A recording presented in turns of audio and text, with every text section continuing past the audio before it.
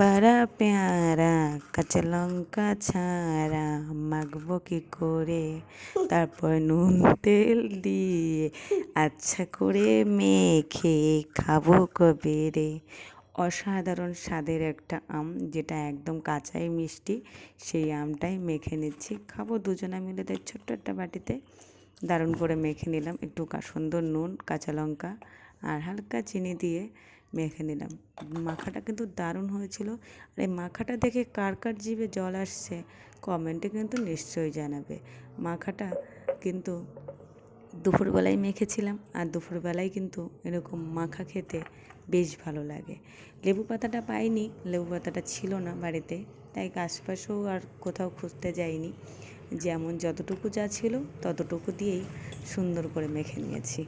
ওই নুন তেল দিয়ে আচ্ছা করে মেখেছি, আর আচ্ছা করে টেস্ট করে খেয়ে নিলাম।